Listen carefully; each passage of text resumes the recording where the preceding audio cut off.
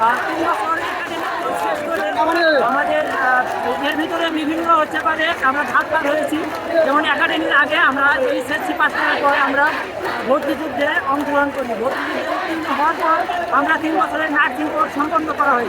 3 বছরের শেষ করে 6 মাস আমরা ইন্টারভিউ করি। মেডিকেল পরীক্ষা থাকলে আপাতত আমরা ইন্টারভিউ করছি এবং বাংলাদেশের বিভিন্ন সদর হসপিটাল এবং উপজেলা স্বাস্থ্য কমপ্লেক্স এবং বিভিন্ন স্বাস্থ্য সেবাদান কেন্দ্রে আমরা 6 মাস নার্সিং সেবা দান করি আমাদের সাধারণ পাবলিককে, অসুস্থ মানুষকে। আমাদের দাবি এইচএসসির পর দীর্ঘ 4 বছর আমরা পড়াশোনা করি, আমরা ক্লিনিক্যাল প্র্যাকটিস শেষ করি। আমাদের এইচএসসি সমাধান দিয়ে আছে এই অশিক্ষিত সমাজকে করতে চাই। তারা মনে করে আমরা এসএসসির পরে আমরা এইচএসসির পর 4 বছর কোর্স শেষ করে এখানে এখনো কেন আমাদের এই এইচএসসি সমাধান নিয়ে থাকতে হবে, এটা আমরা জানতে চাই। বিএনএমসির কালো হাত আমরা রাখতে চাই না।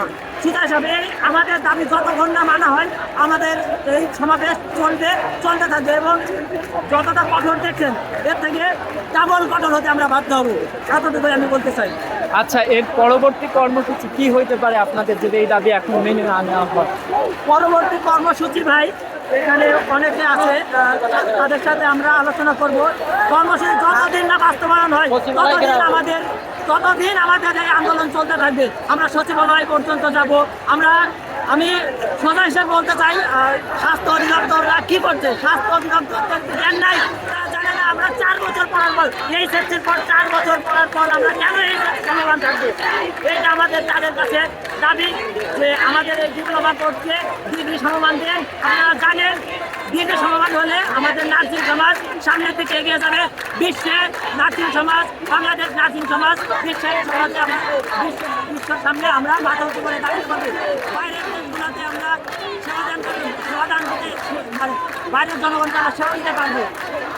এবং আমাদের শেষ কথা, যতদিন নামার হয় ততদিন আমাদের কর্মসূচি চলতে থাকবে।